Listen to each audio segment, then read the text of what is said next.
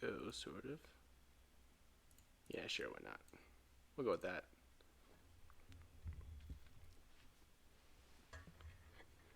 All right, we're just testing this out, see what happens. Trying out this new microphone. Last one was a pain in my butt. So we're going to see if this makes any difference. Yeah, here we go. Solid intermediate player, take 3. Bringing out my knight. I've seen this before. I'm attacking that pawn once or defending that pawn once. Okay. I'm bringing out this knight to set a square after that move. Bringing out my knights to their best square, making sure that they're safe. I'm looking at all these attackers over here with the queen and there. Okay, that bishop, that's not protected. It's attacking there once. It's guarding there once. That's safe. I could take here, but that's guarded once. Okay, so I'm going to just bring out this bishop. Is that safe? Yes, it is. And now I'm attacking that once, and it's defended once. Whoop.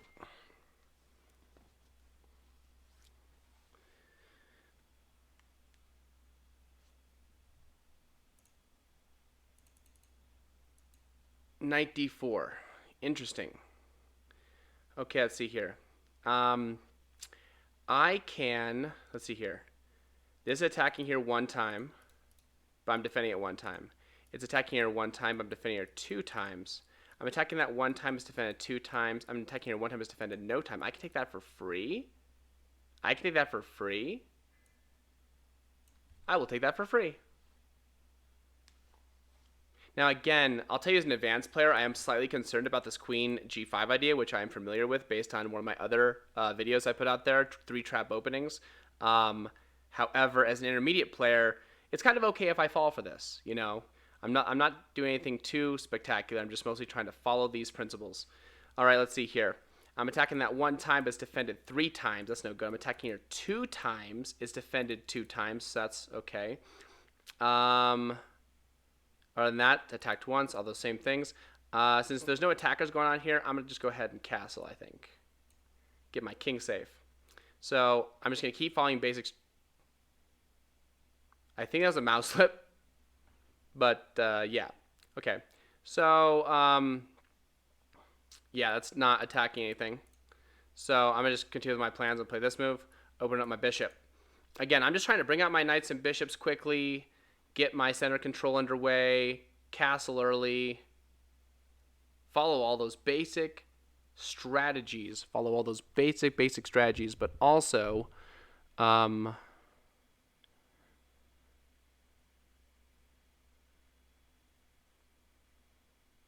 just counting attackers and defenders. Okay, let's see here. 1 attacker, 1 defender. 1 attacker, no defender, and it's a pawn. That's not good. So that seems like it's just a threat there. So I guess I can just take care of that, right? Where can I move it safely?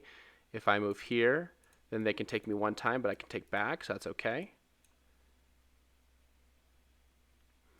Again, everybody, this is all about solid intermediate chess. They take back. Should I take back like that, hurting my pawns for my king? Even as an intermediate player, I should know that the pawns for my king keep him nice and safe. I'm going to take back with the queen. Now, I'm guessing that king e7 was a mistake. What's up, Daddy Vibe? What up, man? All right. Again, we're just talking about intermediate chess. How can we just follow basic strategies and counterattackers and defenders? So I have to ask myself, is that attacking me? No. So I can do what I want. Okay. As an intermediate, do you teach them about the option of attacking something of equal or greater value when attacked? Not until they are a solid intermediate player. When they're a solid intermediate player and they're pushing into advanced territory, then you want to start having that reaction of, I notice your attack, but I'm going to try and put my ideas first, and then you're starting into that advanced territory. So, so the answer is yes. If you are a solid intermediate player already and needing to push advanced territory, then I would absolutely say that. So, okay, what should I do here? I could take there, and they could just take back. Okay. I don't really see too many attackers and defenders. I like bishops more than knights in general, and so I'm not going to do that. So I'll just bring out this bishop here and attack their bishop. And if they take me, I can take back. So I'm just following my basic strategies. Daddy Vibe says, I'm just trying to get back into chess again. I used to play a while ago. I hear you, man. I hear you. Love me some chess. Okay, so this move is defending the bishop, so if I take there once, they take me back. Okay. All right, so I finally have connected my rooks, and connecting my rooks is one of the most important things in chess. When you connect your rooks, it means you've castled your king and all your pieces are out. Now I need to like bring in my rooks and whatnot. So, like normally here, I would have played like knight d5 check probably like a long time ago, just because I'd be trying to punish this king and go after him. And actually, I could see an intermediate player playing this move, to be honest. But I'm just gonna follow basic strategies here, and I'm gonna just bring my rooks to the middle. But I should notice this as well. Yep. Okay. So I'm just gonna bring focus on bringing all those pieces. What's my actual rating? My chess.com actual rating is, my blitz is like 2600. My USCF, my United States Chess Federation, is 2228. My FIDE is 2261 or something, I think. Wouldn't an intermediate? Yeah, D4. An intermediate player. Yeah, there's not just one right move here. Like, you could have played D4. You could have swung that rook to the middle. Yeah, absolutely. There's not just one right move. As long as I'm following basic strategy and I'm counting those attackers and defenders. So how do I want to take back here? Take back with the pawns, but I'm gonna give myself double pawns, and double pawns in general are supposed to not be so great, right? So I'll just take back with, I'll take back with the queen. And I'm just keeping track. Okay, I got one attacker here, one defender. Got one attacker here, one defender. They've got no attackers on me. They're attacking all these squares. Now that's an attacker. Attacks that once. That's okay.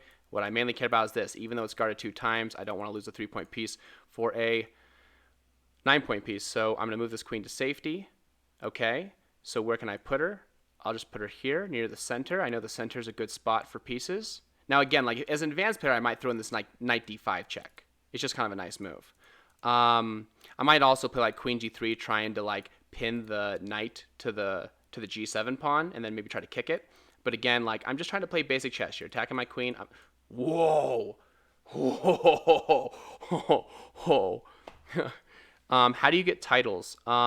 So that's a good question. So Daddy Vibe says, how do you get titles? The answer is, in the United States Chess Federation, if you get a rating of 2,200, you obtain the title of National Master.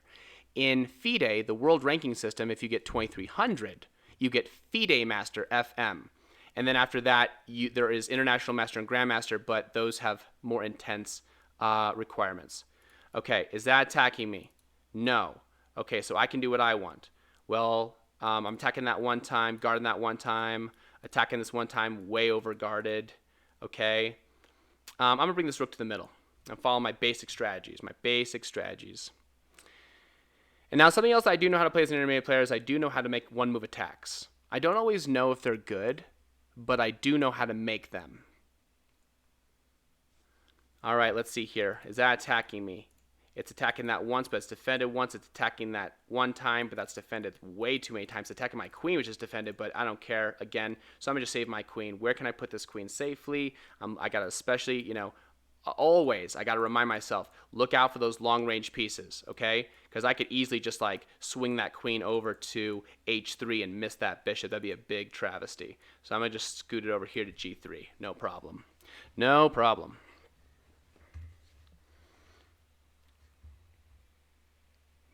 But yeah, what are your guys, whatever your goals are, you can all get better at chess. It's just, it's just like anything else. You just put in that time a little bit each day. All right, why'd they do that move? The bishop is attacking my 5-point rook. Should I take the bishop? No, the knight will take me. Okay, well, I shouldn't just let that happen. So, now I'm not supposed to move my f-pawn. My coach told me not to, so I'm just going to go ahead and scooch this rook up one square like that. I'll tell you right now, I don't care about playing f3 at this point. I don't think that white's king is in any danger. But again, we do tell players from an early stage not to push their f-pawn too early. It really can lead to bad things happening to the king.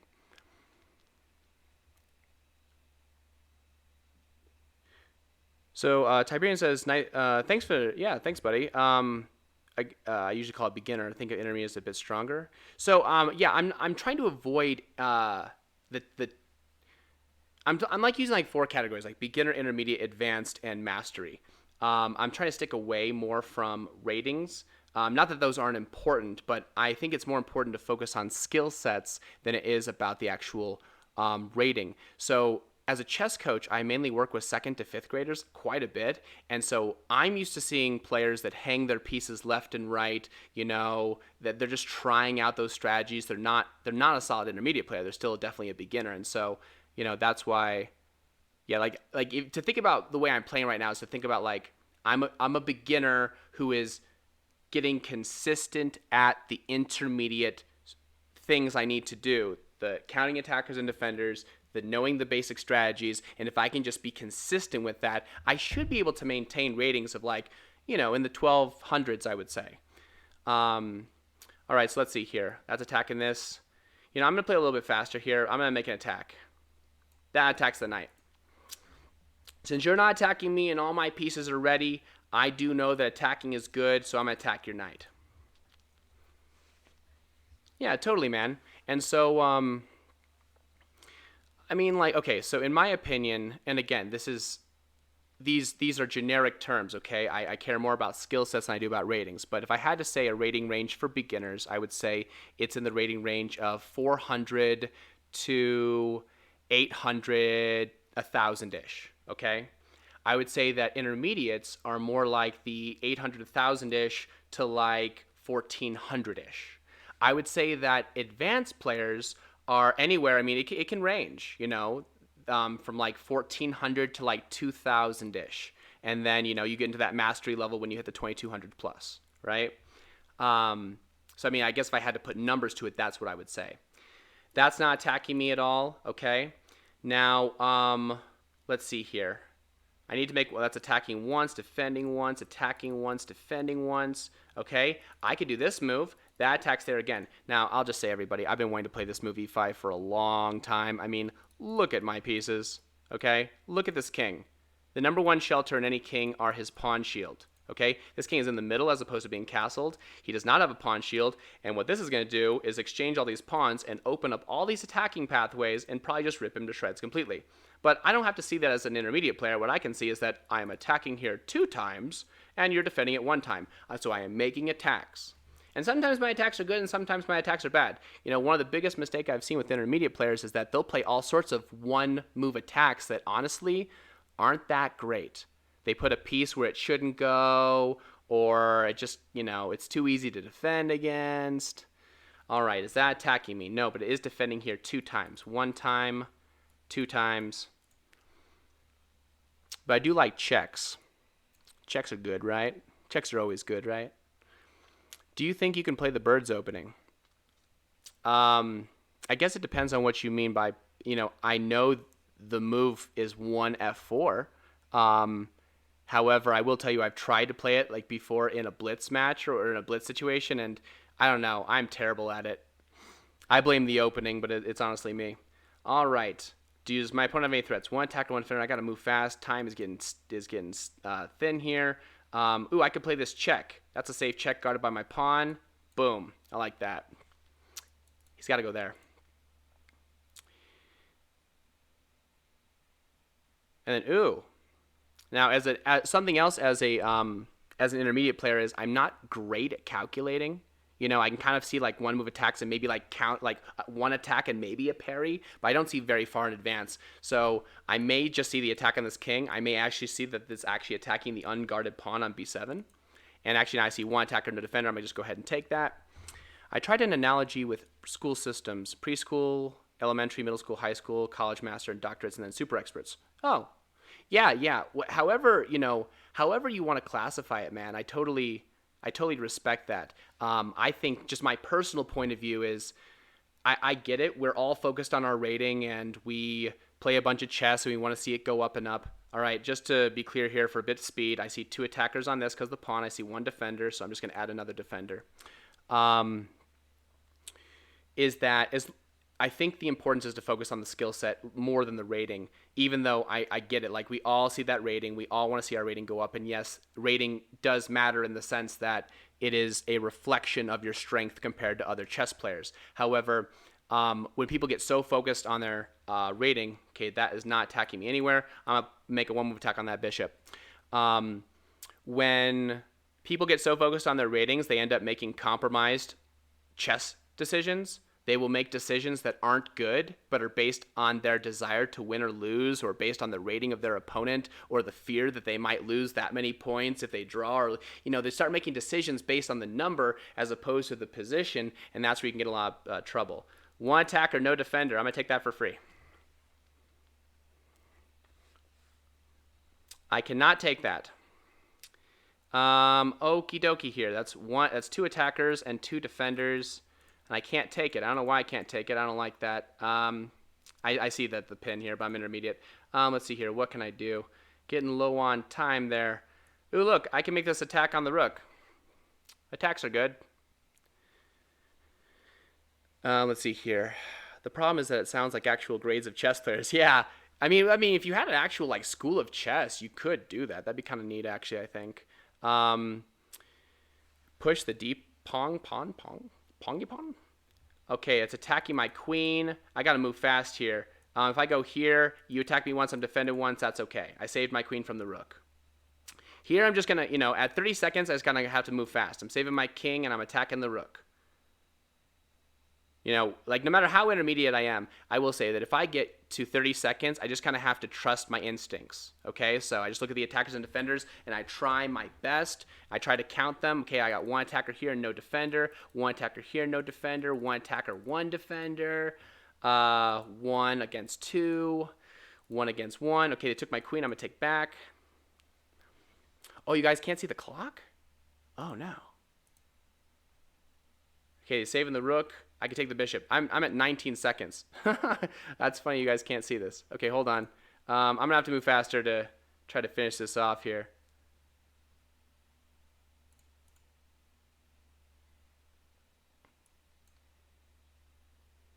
Now, again, I'm not really too focused on the checkmates, but I do know that if I keep just swinging pieces at the king, he should eventually die, right? Let me see here. When Daddy says, when there were two rooks together, could you have pushed the d pawn to d6 or d7? We can definitely take a quick look at that after this is over. And by the way, everyone, one of the main reasons I'm doing this, and let me know, I'm testing out this new microphone because the old one was really sounding like total not good. And so if this sounds halfway decent, let me know, because I don't know how to feel about it.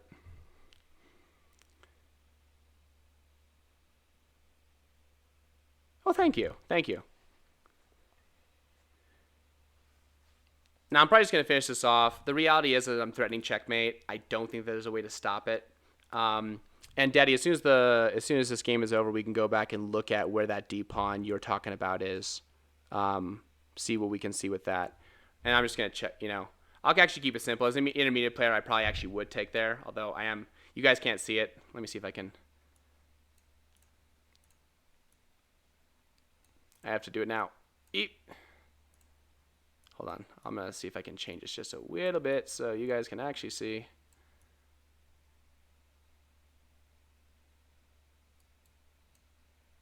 What's going on here?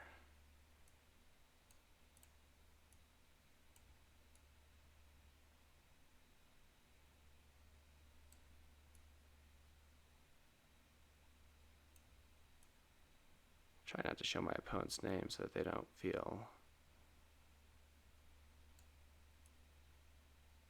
Yeah, we'll do that. I think that's okay. Okay, we'll do that. Okay, so which so you were talking, let's see here. You said back when the rooks work together, you could have pushed your d pawn to d6 and d7. Let's see here. So my rooks are together here.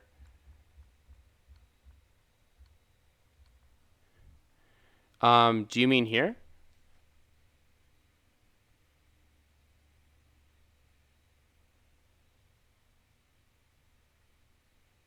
A bit after?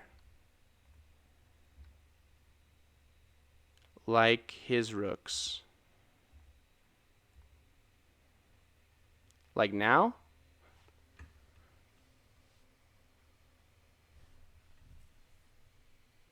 I definitely want to push that. There's no doubt about it. Pass pawn should be pushed.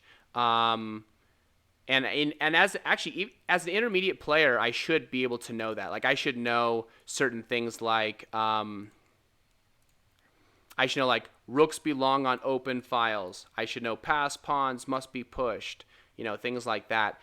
So actually, this is a totally fine move. Chess isn't always about there being one best move. I mean, sometimes there is. Sometimes there's situations where you have to find the move. But lots of times, especially in a situation like this, where, realistically here, I mean, we're up how many points? We have. Do we still have all 8 pawns? We do have all 8 pawns. We're up. We're up 4 pawns right now, which I would say constitutes a winning advantage. So, yeah, if you want to play d7 here and advance that passed pawn, attack the rook, absolutely. It does something, it does a strategy that you know about, and it makes an attack, and it's totally safe. Yeah, nothing wrong with that at all. Totally could have played it.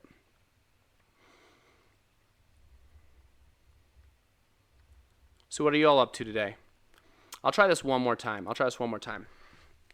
Again, like I'm trying not to get into advanced territory. And like I said, if you haven't already, guys, just know that I'm trying to build my YouTube as well. And so you can check out some of the videos I talk about this exact same stuff in over here. And basically, like the biggest difference, in my opinion, between intermediate players and advanced players are a few things. Number one, tactics. When you start finding, like actively seeking tactics on the chessboard, you're looking for those checks, captures, and threats. You know where the clues are, and how, you kind of have that sense of like, ooh, I think there's a tactic here. And you start looking for them and starting to find them. That's a huge difference between intermediate players and advanced players. Another one is planning. Typically, an intermediate player might have like a plan, like they're gonna come out and 4-move checkmate you, but like they might not know how to, like, if you give them a position and say, what should white's plan here be, or what are some decent plans for black, like that would just go over their head for the most part. So I'm gonna try to avoid planning. I'm gonna try to avoid tactics. Again, I'm mostly just gonna focus on just reciting the strategies, sticking to that, and counting those attackers and defenders. And again, I assume I should only get to like 1,400 tops with this. Try to minimize your face cam a little bit. Hold on a second.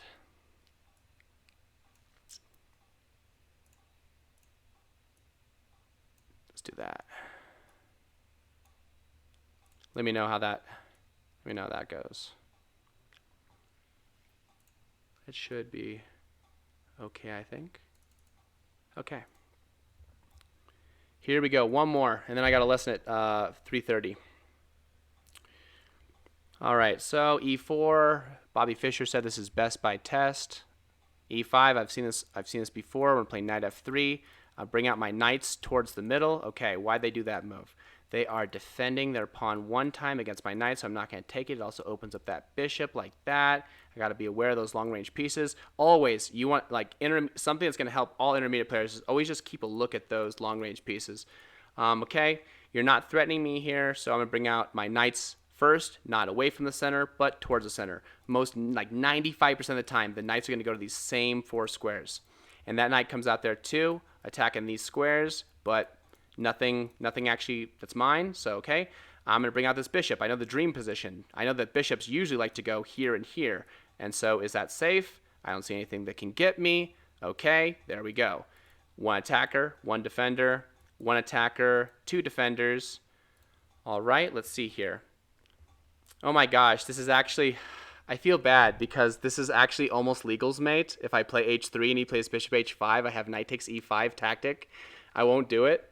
However, yeah, I will just try to, yeah, okay. So I can't take that. It's a safe piece. So in reality here, everybody, there's a very well-known tactic that goes h3, bishop h5, and knight takes e5. It's absolutely spectacular. But I won't do it. Instead, I'll just try to play standard chess. So I could play here. But right now, let's see, there's 2 attackers and only 1 defender. I might not see it. As an intermediate player, actually, I might fall for d4 thinking that my knight is defending, not seeing this pin, actually. But I'll try to play d3. Do you think I'll get my FM rank soon? It's kind of hard just because there's not many FIDE tournaments in Colorado, but we're trying to change that actually. Okay, he took back. Okay, so listen, I could take back with the pawn or the queen. Typically, I might think to myself, well, I don't want to take back. You know, actually, I'm going to make the intermediate decision. I'm going to decide queens don't come out early. I'm going to take back with the pawn. But that means now that I got to castle queen side because I also know I shouldn't castle where my pawns are broken up. Whoa, did not mean that. Okay, so, okay. Gotta check on attackers and defenders. Attacked once, defended 3 times. Attacking nothing, okay?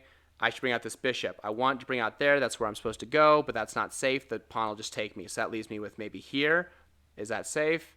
Yes, it is. Okay, and then we got 1 attacker versus 2 defenders. Okay. Now I am playing like a beginner. That's right. Okay. So, I mean, you're going to have to come up with a term for what is the kind of player that loses their pieces all the time. Knight takes here. We have queen takes, 1 attacker, 1 defender, 1 attacker, 1 defender. I want to pop up this queen and castle there, but if I do that, I would lose that defender. So you know what I'm going to do here? I'm going to first take that knight. Yeah. Okay. The pawn's attacking my knight. I know pawns are worth 1, knights are worth 3. I'm going to move my knight to safety. Where could I put it? My coach said putting pieces in the center is almost always good. Is this safe? His knight can get me, but I can get him back with my pawn and my bishop. I'm going to be okay. Always gives free candy. Oh, you know, that might be a way. Give away that free candy. All right, he took me. Take back. All right. All right, let's see here. The pawn is threatening my bishop. If I take here, he takes back. That's no good. If I take here, he takes back. That's no good. I need to find a place for my bishop. I got here and here, it seems. This seems more towards the middle, so I'll put it there. He took my pawn. I could take back, but then his bishop would get me. Darn. Okay, I won't do that. That'd be 5 points for 3 points when the queen takes back. So instead, I need to castle my king. Obviously, I need to castle queenside. So I'm going to bring up this queen here. Is this safe? Yes, it is. And then I can castle queenside. Again, I don't expect that I'll get much further than like a 1400 rating by doing this kind of strategy. But I think that I will get some places. Sean the pawn. What is up, my man? All right, so bishop here. Is that attacking anything? No. Okay, attacking here once, defended here once, attacking here once, defended here once. Seems like everything's okay. I'm not attacked. I'm going to go ahead and castle my queen. Attacking my bishop. If I take it, it takes me back. That's no good. My only safe square is here. Now he's threatening. Now this is, I can at least ask what the, so that's not attacking anything, but his pawn could go there next move and it attacks me. My bishop has nowhere to go. So actually, I'm going to play this move here and make sure my bishop has somewhere to move to. He attacks it. I'm not going to take it. Too many defenders. I'll just do that. No problem. He castles. All right. Again, let's count attackers and defenders. We've got 1 attacker, 1 defender, 1 attacker, 2 defenders. And I guess that's about it. All right. So let's see. This rook is on an open file. This rook is on a closed file. If I move it over here, that has an open file. So let's do that. Again, all I'm doing is trying to follow basic strategy. All right. Now let's see here. Does that move threaten me? No, it does not threaten me. Okay. Can I make a threat?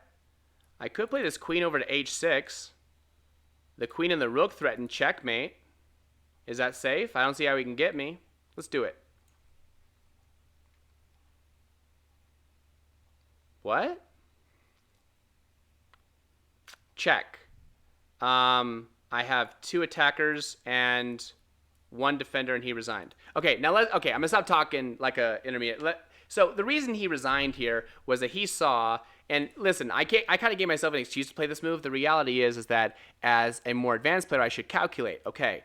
Can my opponent stop this threat? If you take a close look, there is no good way or any way at all to stop that. I mean, you could put the bishop here, but I'll just take it. And if your queen takes it, I'll take your queen too. And I'm still just gonna have that threat again. So the only way that's gonna save this checkmate is basically sacrificing. But again, even an intermediate player could have found that, I think. But again, I didn't do anything, too crazy. And like, look, let's do game report just really quick. Like, let's see how accurate I actually played, right? Will you even tell me? I guess it won't tell me. Did I already run my report last time? Or I guess I already ran it. Like, if you ran this report, I'm guessing it wouldn't be that great. Like, maybe like 70%, maybe. Like, nothing too great. But again, if you can just follow these basic strategies, just like get out those knights and bishops quickly, castle your king, fight for the center, don't bring out that queen early, don't move that f-pawn, don't move the same piece twice, counterattackers and defenders, and then just like know some of those basic strategies. Rooks go in open files. Lots of one-move attacks. You don't always know if they're good, but you can try. All right, now listen, everybody. Actually, I'll be doing another thing later tonight, but I do have some lessons at 3:30, so I will end up going for now. But yeah, I don't know. If you guys like this content, if you guys like seeing how different levels of players think, I can definitely make more stuff like this. I don't really see any point in making a beginner one, but I could make some advanced level ones where I start the rating at 1600 and I actually start trying to look for tactics and start trying to make plans. I could do stuff like that. And then I could even do some master stuff where I'm like, okay, well, at the master stuff, here's what separates even that. And, it gets harder at that level because the things that separate are like so tiny. Like, just certain techniques and certain opening preparations, and it just all kind of cumulative. Knowing how to really squeeze out the tiniest of advantages, I would say, is probably the biggest difference between masters and advanced. Anyways, let's see. Thanks for the stream. Can you get a beginner viewer to play and think out loud for you? That would be fantastic, actually. Actually, that's a really good idea. One of the things that I love about Jeremy Silman and also this book by Sunil Weermantree, Best Lessons of a Chess Coach, is that the way that they present the books is like sometimes they will talk to their students and they'll put in the book, like the 1200 says this, the 1400 said this, and then I really found like the amateur's mind, I found that really, really helpful because then I could be like, ooh, how am I thinking? Sometimes I catch myself thinking like the beginner did, and sometimes I catch myself thinking like the intermediate player or advanced player did. Okay, that kind of gives me an idea of where I need to, shift my thinking. And so if doing a video series like that where I could have a beginner play and think out loud, intermediate, advanced, and then I could have them talk out loud, and then I could even review it afterwards and give my thoughts, that could actually be pretty sweet. I like that. Yeah, I could have one of my students do that. I definitely could. I just have to get them on stream, I guess. But no, we could definitely make that happen. So yeah, everyone, yeah, like I said, I got 10 minutes until my next lesson, so I do need to peace out for now. But you all are the best. Seriously, mwah, thank you for being you. I will see you soon.